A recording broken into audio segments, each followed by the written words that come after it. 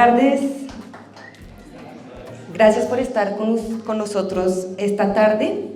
Es una sesión especial de Experiencias que Forman, que es un programa liderado por la Comisión Fílmica Colombia de Proimágenes Colombia y que tiene como objetivo compartir el conocimiento de los expertos detrás de los proyectos beneficiarios de la Ley 1556 que embarca los incentivos para venir a grabar aquí en Colombia.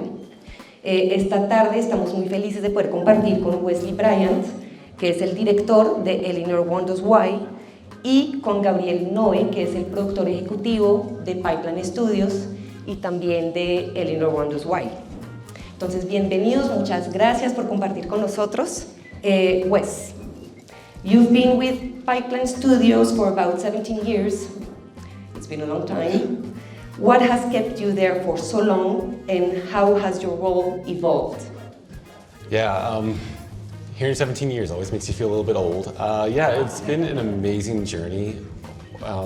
What's kept me there? So I started there as an animator back in 2008 on a show called Grossology.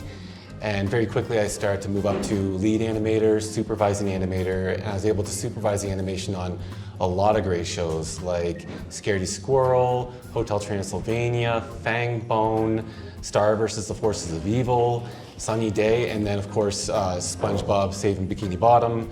I won't spoil that for the next conversation, but it's never been the projects that have kept me there, as amazing as they are. For me, animation can be a bit of an up and down industry, and it's not always the most stable. And when I saw the way that Pipeline puts their employees' future as a top priority and making sure they're able to feel that job security and investing in the employees and making it so that they're able to cross-train them and get them used to working in different mediums, whether it's 2D or 3D, so that they're able to pivot and go into different productions regardless of what medium it is. That to me seems special, and that made me feel very loyal to a company that's going to show that kind of loyalty to their employees, and that's what's kept me there all that time. All right, and how did you get into animation? Did you study? Was it love at first sight, watching a movie? How was your story? Yeah, that's such a good one too. I mean, when I was a kid, I loved drawing. Obviously, I love to draw comic books, cartoon characters. I love Disney movies, so that was a big part of my childhood. I felt like I was the only one in my school that did it. But being in a really small town, like miles so far away from the animation industry, as a kid, I never really thought that was an option. So I just continued my love of drawing as I grew up. I feel like I even developed a bit of a skill for storytelling at a young age with the elaborate lies I would tell my parents when I get in trouble. So it seemed kind of like a natural fit. But once I was in high school and I heard that there was an animation school nearby, and that's when I started to realize, oh, it's a reality. This is something that I can achieve. And that just made me take the leap. And I went off for animation school. Great. And talk to us a little bit about Elinor. How did you get involved in that project? Yeah, so I was involved with Elinor at a very early stage when we were still in early development, coming up with the look of it.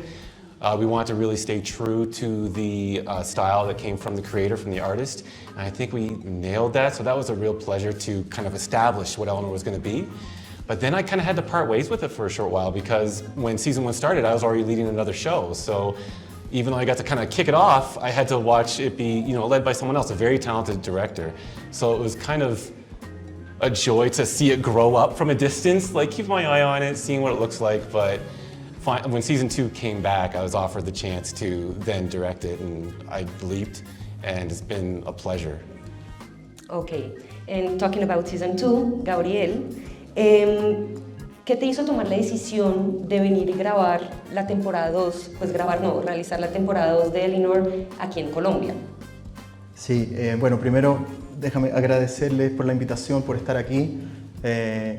Tienen un festival hermoso. Quiero decirles que estoy maravillado con el pueblo, con la organización, con el festival. Así que a veces uno no sabe, no valora lo que tiene, así que por favor cuídenlo y sigan haciéndolo crecer, porque está muy, muy bonito. Bueno, yo te diría, I'm gonna be in Spanish, ¿no? Tres cosas. Lo primero, Elinor Wonders tiene un look and feel que hace que todos los equipos quieran ser parte. Es maravilloso, es una serie muy hermosa, entonces desde lo estético ya todos nuestros equipos querían ser parte de este proyecto.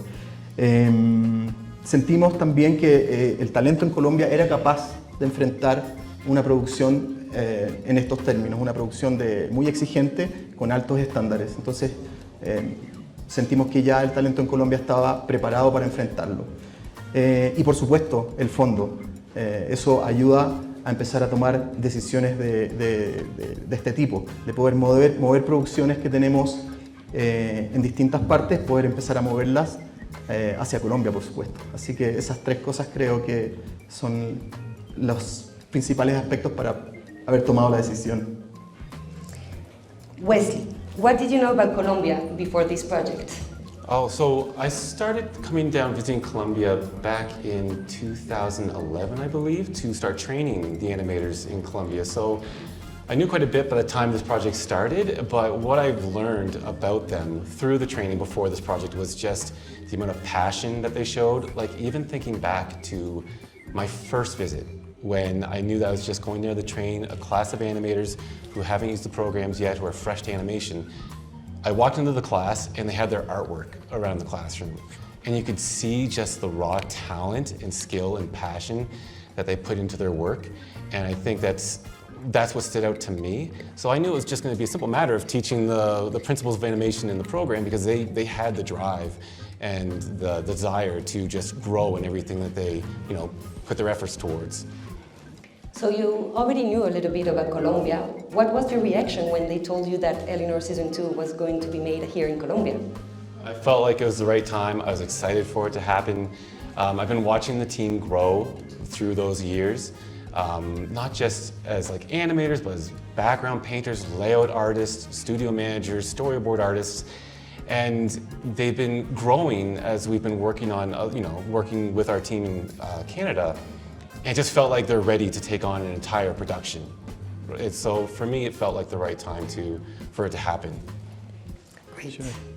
Y Gabriel, ¿tú ya sabías que Colombia tenía incentivos antes de hacer ese proyecto aquí en Colombia? ¿Estabas familiarizado con los incentivos? La verdad es que no. Y fue una gran sorpresa saber que se estaban estructurando fondos bien estructurados para la industria. En Latinoamérica no hay muchos fondos, no tenemos una historia de incentivos bien estructurados, como te digo, y por eso que siento que el Fondo Fílmico lo está haciendo en la dirección correcta. Salvo quizás Brasil, que sí tiene algunos incentivos bien hechos, creo que están siendo pioneros en incentivos que ayuden a crecer la industria. I think that's a question for both of us, for both of you. What were the major challenges in producing Elinor Wonders? Why? And how did you overcome them? Yeah, so I always assumed working over such a large distance would create problems. But while I was busy training the animators and training all the artists and building up the team, our technical team was busy building our own production tools that make it so seamless to communicate, not just with clients, partners, the animators, the artists, and get just seamless feedback back and forth. So it's a combination of a great technical team and our producers doing a fantastic job keeping everything so organized and fluid. Honestly, it's a question for a smarter mind than mine. I don't know how they do it. I'm just impressed that they're able to make this thing flow so smoothly, and I just get to worry about the show, and the animation and the art crew down here just get to worry about creating the art, and everything else just flows. It's pretty amazing. Ya, y quizás es porque, como les decía, es un show que viene también de un espíritu de libro ilustrado que genera como un appealing y una sensación muy rica, y creo que los equipos se maravillan con ese trabajo. Siempre son muy desafiantes las producciones con este tipo de clientes y estándares, pero creo que lo hemos hecho bastante bien. You talked about the Colombian talent before, but how did working with Colombian team impact the production? Yeah, I think it's the passion, and it's because everyone on the team is just constantly pushing themselves to grow and get stronger, because I think everyone's just so excited to be a part of the industry. It's something that brings a passion out in you, and I see that constantly, whether it's driving yourself to create new ways of painting backgrounds, or animators seeing something in the storyboards and always wanting to do more than what's there. They're just pushed to always try to self-improve and to add whatever they can to the show. And additionally, like I said earlier, when I first met the team, the art, I just feel like working around the world and working with different communities, wherever that might be, Colombia especially, there's a different flavor, there's a different sense of art, and it's important to hear those voices, see that, let's say, visual voice, and it plays a big part in making shows that, connect to everybody. Were there any cultural barriers when you start working with the Colombian team, or did these cultural differences had a gain on the final product, as you were saying, different voices, different perspectives, different styles?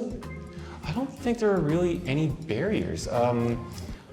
I need to learn Spanish. The team is amazing. The fact that so many of them can speak English so fluently, 2 languages, and I'm struggling with 1. I need to work on that. But I mean, it's amazing how well it feels like it's a team.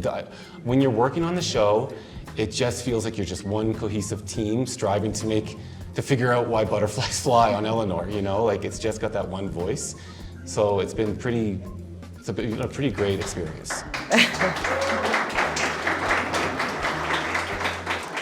Gabriel, ¿tú qué pensás de la infraestructura para animación aquí en Colombia? Sí, es una pregunta desafiante. La infraestructura en Colombia está en una fase introductoria. Queda un largo camino por recorrer, pero lo estamos haciendo bien. Sin embargo, igual hay que instalar los temas. Tenemos que ponernos a hablar de network, de security, de digital asset management, incluso de temas legales para poder estar estandarizados. Es muy necesaria la conversación sobre estandarización.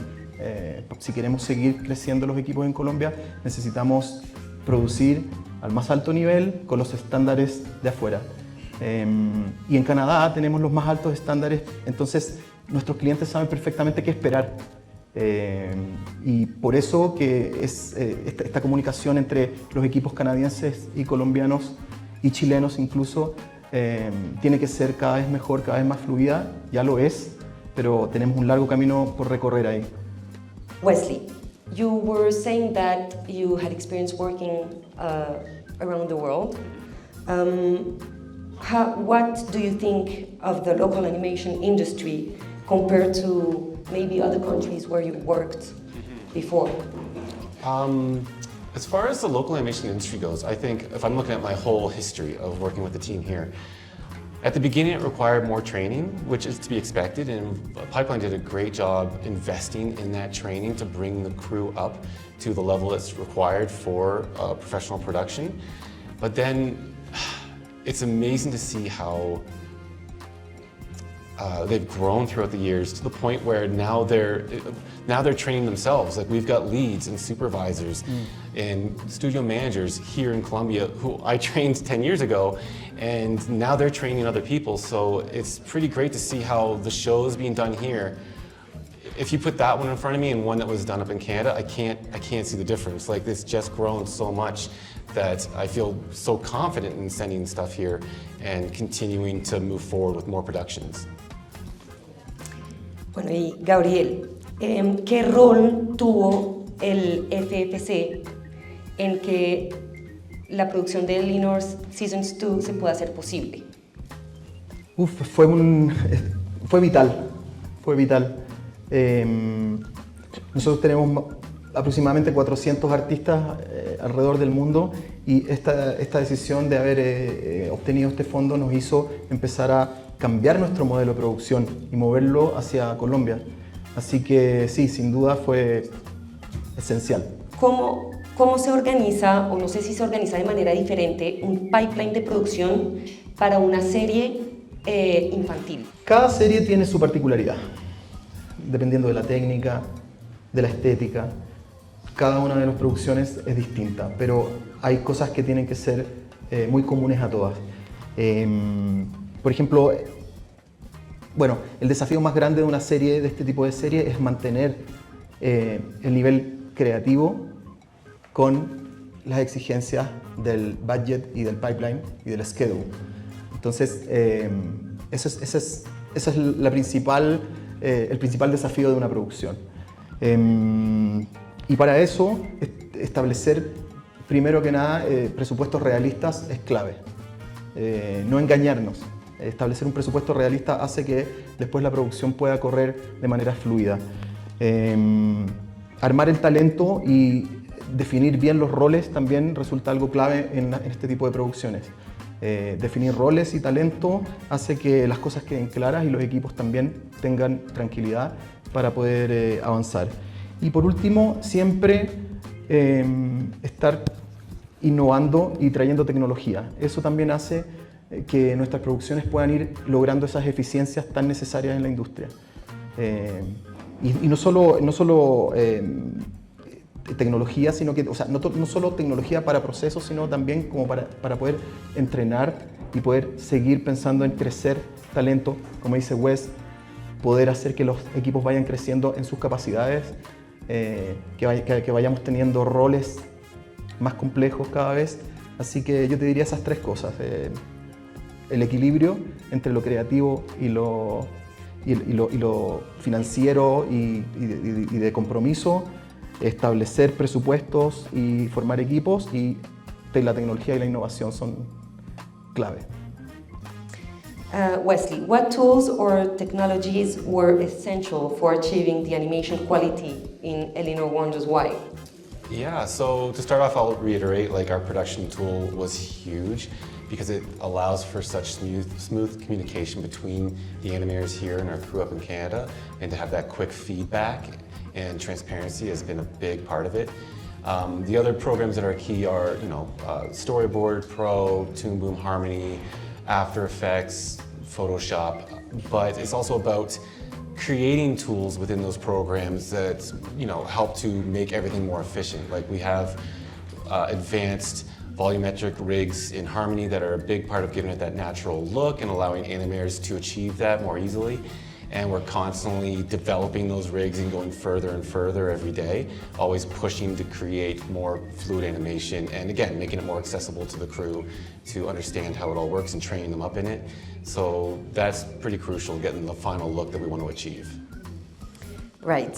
Maybe we should have started with that, but can you make like a little pitch of Elinor Wonders Why? What is it about? Oh. What's the Okay. The ambiance of the series? Elinor Wonders Why, I feel like, it's a very charming show made to follow this little bunny Elinor and her best friends Ari the Bat and Olive the Elephant as they solve their everyday problems by observing nature and taking lessons from nature to apply to that problem and achieve their goals. And I think part of its ambiance and its feel really comes from the look of it being traditional, and we try, especially with Elinor being a show that's about nature and being out in the woods and exploring everything in nature, we didn't want you to see the computer behind the show, if that makes sense. So that's why we went with like a watercolor background, somewhat like an homage to Winnie the Pooh, and then the nice like traditional style of the characters. We just really want to feel like it's on paper and not something that's in code on a machine, so that was a big part of the show. Okay, thank you. What advice would you give to aspiring animation directors, producers, creators? Yeah, I guess, so maybe I'll use the reference of my own path. Most people in the industry start as animators because that's what, is most needed.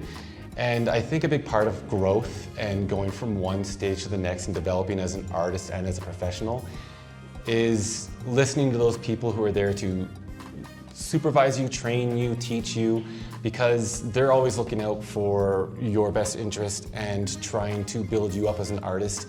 So for me, it's about listening to my animation supervisor when I was an animator and taking all the knowledge I could from him, right? And then same thing when it came to the director, when I started to learn storyboards, taking all that advice. I've only gotten to where I am because of the people who supervised me and taught me along the way. Like I don't think I could have ever done it on my own without stealing all their knowledge. And then another key part, I think, just about being a professional is being someone that people like to work with, right? Because if people don't like to work with you, they're certainly not going to like to work for you, right? So it's about making those relationships and building strong bonds with the people you work with, because eventually if you're going to become a director, you're going to be talking to those people as a boss, and you want to make sure that they respect you as an individual. And always be able to take criticism, right? Like, criticism doesn't stop after you're done being an animator, or after you're done being a board artist, or even while you're a director. I think I got criticized yesterday. Like, it continues and continues and continues, and it's used to make you grow. So don't be too precious, learn from everyone around you, and just be a good person to work with, be a good individual, and that's probably my biggest piece of advice. Wow. Muy bien. Yes. Creo que Wes lo cubrió todo, pero si puedo agregar algo desde el punto de vista de la producción, que también se interesen por entender lo que necesita la producción, que no se vea la producción como un mundo antagónico al mundo del arte. Son equipos que son parte del mismo proyecto, entonces nos necesitamos, y en la medida que la producción aprenda bien lo que hace el mundo más creativo y el mundo creativo sepa por qué la producción exige lo que tiene que exigir, vamos a ser mucho más exitosos. De acuerdo. But I really like what you said about having a mentor. You would think that to learn how to draw or animation in general is very hard to do from a class, just listening to a professor. I really think you learn doing it and have someone that shows you the way. So I think it's very nice what you say, to have like someone, a mentor, and a community that are accompanying you on this journey. Yeah, that's a big part of it. And I think I probably missed one other step. Learn everything. You know, like, I didn't go from animator to director. I took the time, I launched the pipeline rigging department, so I went through rigging, learned all that. When I was offered the position of assistant director, I knew I needed to do storyboards first. No way could I tell a storyboard artist how to storyboard if I didn't first do it. So it's about reaching into every part of production and having a good understanding of it. That's another great way to build yourself up. It's pretty hard to go from animator, director. There's steps in there that you don't skip. Y Gabriel, sobre lo que tú estabas diciendo, yo creo que también es importante entender que pues, la parte de producción también tiene que entender la parte creativa, y que pues seguramente hay muchas mentes creativas también en la producción, y de tal manera pues también es una conversación que se tiene que hacer de dos caminos: entender la parte del presupuesto y los pipelines como la producción entiende la parte creativa. Sí, tú lo dices muy bien. La producción es un trabajo creativo, aunque a veces no lo parezca. Toca ser súper creativo para montar planes de financiamiento, planes de producción. Así que somos todos creativos en este mundo. What legacy would you like to leave in the animation industry? That's the hardest question. I think there's two. I think there's the one that we all think about. You want to create your own show. You want to have an impact. You want to have a show out there that everyone knows you made it. It's got your name on it, and kids all around the world love it. But I think there's like a more important one. And I think that's just his life. I just want to be a person that people like to work with, that people remember fondly, that again made other people's professional career maybe a little better, maybe a little more enjoyable, made the work day easier to get through, and looked out for the people around me and always kept them in mind as I work. Because there's no guarantee, you can't control if your show's going to get bought, if your show's going to get picked up, if the buyer likes your exact idea. You can't control that, but you can control let's say the impact you leave on the people you work around you, right? No one's in the middle between that, you and the effect you have on people. So that to me is the legacy I'd like to leave. Is just, again, it goes back to just treating the people around you in an appropriate, professional way, and building up their competences, supporting them, and just being remembered in that way. Sí, y esa relación y esa forma de ser es algo que nosotros en Pipeline tratamos de que sea un valor muy importante. Somos equipos en distintos lugares del mundo, entonces es sumamente importante que cada uno trate de ser la mejor versión de uno. Y eso da buenos resultados, así que desde cada uno, desde su lugar, tratar de ser la mejor versión de uno mismo, lo que uno puede controlar. De acuerdo. Bueno, after this good experience here in Colombia with Elinor, are there any upcoming projects that you would like to bring to Colombia, or are you excited about, or you would like to explore? I mean, there's lots of great upcoming projects, and it's hard to even pick a favorite of the things I like to work on. Obviously, I can't name them, but there's so many upcoming things, and each one excites me for different reasons.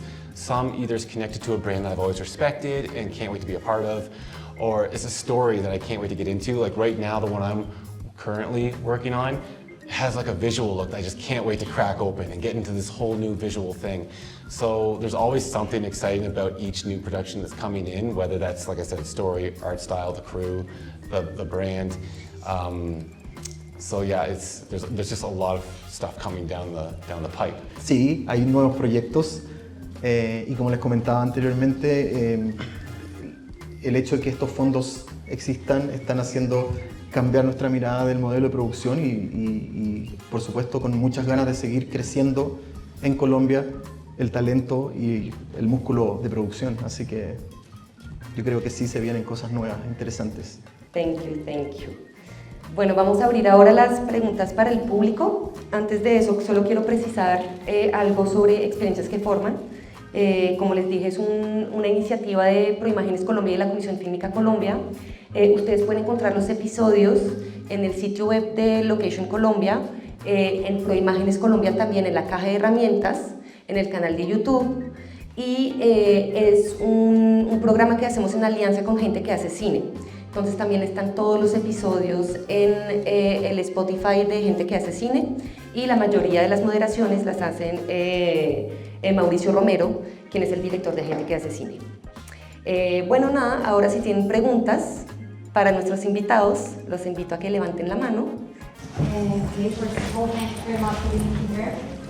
My question is about like what we between 2D traditional animation frame by frame and the one that you use, because I haven't seen Elinor yet, but I'm going to see. But at the beginning I just thought that it was the frame by frame traditional 2D animation. So now that I know that it's computer generated rigging, what is the challenges and disadvantages, but not in terms of time that maybe translates the budget, but the art between those two different kind of animation that I know that both are good and necessary, because I know technologies have established, so it's not that one is better than the other, but in terms of art. Yeah, that's a really good question. So when I started off in school and my first few jobs, technology wasn't quite where it is today, and I had that feeling of like you have traditional animation, and then if you're going to do digital animation, it all feels kind of stiff, and there's no way to get that traditional feel, or unless you just traditionally animate it in the digital program, it was very hard to get that same kind of appeal, that same kind of look. But now with the stuff we're doing with our rigs, we're able to get that traditional feel in a digital program, and I feel like a big part of it is the program itself and what we're able to do with it. And it's almost like the technology, if the technology is good enough and is efficient enough, I almost don't see it anymore. It's not there. You know, I used to work in other programs with all the advantages that we made, and you're always kind of battling it. You're always trying to fight, you're always kind of fighting the computer as you're trying to make your art. You don't want to think about the computer, you just want to do the art. And that's the kind of level that we got to now, where the animators, the artists don't have to think about the computer itself, and they have that flexibility to still make very traditional looking things without having to actually draw frame by frame. So it speeds up the process for them, but also gives them that freedom to not feel kind of locked in place by a very oppressive computer program that won't let you do what you want to do. Like, we have that freedom to now, almost like we're still on paper, just do what you want. And it's been very, I don't know, beneficial. My question is most directed by, what advice will you give to newcomers on how the production works? My question here is, all the shows have different animation styles, right? and probably newcomers will be expecting that some direction and how the style will be managed. You know, for example, you will see a style of Elinor different than, for example, wombats or I don't know, a Spider-Verse, etc. How do you manage to unify the animation style, and what advice to newcomers you will give to expect from studios and so on? Yeah, it's a really good point too. Animation obviously has many different styles. I think it's kind of similar to design. When you're drawing, there's 1,000 different styles, 1,000 different ways to draw. So I think just like in drawing and animation, you shouldn't just lock yourself to one style. Like you should practice in many styles, because like Elinor, we have a more natural way of movement. But then something like Wombats, it's snappy, it's poppy, it's got a different feel, a different style to it. We always take the time to train our crews in those different styles. I mean, we do have a number of shows in those styles already, so like it's not like Wombats is the first time we've done that style, so we're pretty familiar with it when another show like that comes around. But people starting out, yes, there's going to be multiple styles to learn, and you will learn that from the crew around you.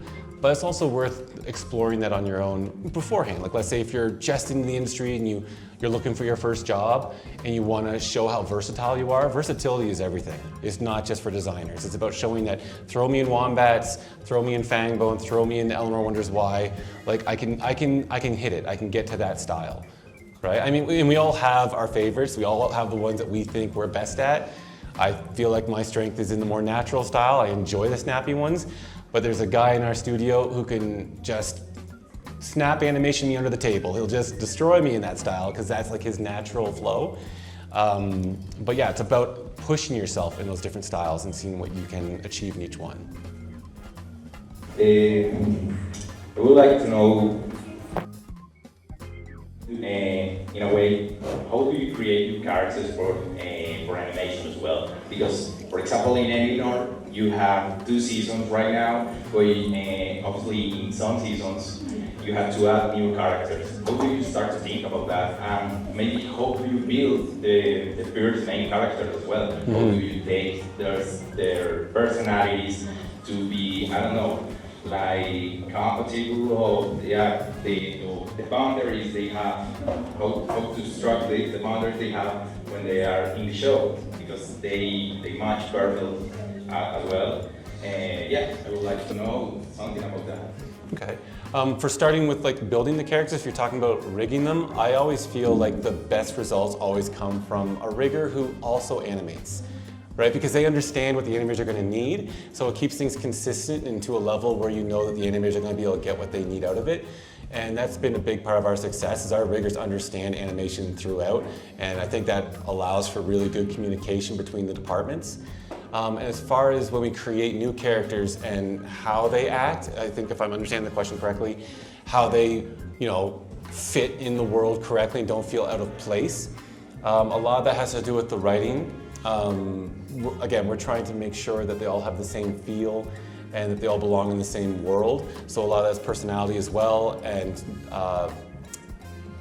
a big part is, the look. And again, even when we do new characters, this is kind of cool too. Again, our creator, the creator of the show, is involved even in the character design stage. He'll give us his like comic book strip version of that character, which then we have to adapt for the show. So all of our characters are coming sort of in its basic form from the source, straight from the creator, and then we get to adapt and build upon that. And that's a pretty rare thing for a show, to have like the artist on hand, basically, that created the original artwork that started the whole thing off. And he's been so in love with the show that he just wants to be so involved with it that he's giving us those, like his time to give us what his vision of those characters are, is, I think, pretty unique. So that's a big part of it. Also, it's important to know that every project has a development process. Yeah, a development is maybe the most important part of the production, because there we can establish everything, and then we can start a production. So that's true. And the development process doesn't stop when you get to season 2. Like, it's a big part of season 1, but it's still heavy into season 2. So it's about keeping that team on and just building on what they built already in season 1, so adaptively. Bueno, nada, entonces, thank you so much for your time, for being here with us this afternoon. Gracias a ustedes. Y nada, muchas gracias a ustedes. Gracias a Pipeline Studios, gracias al Festival de Animación de Comfama por ese espacio y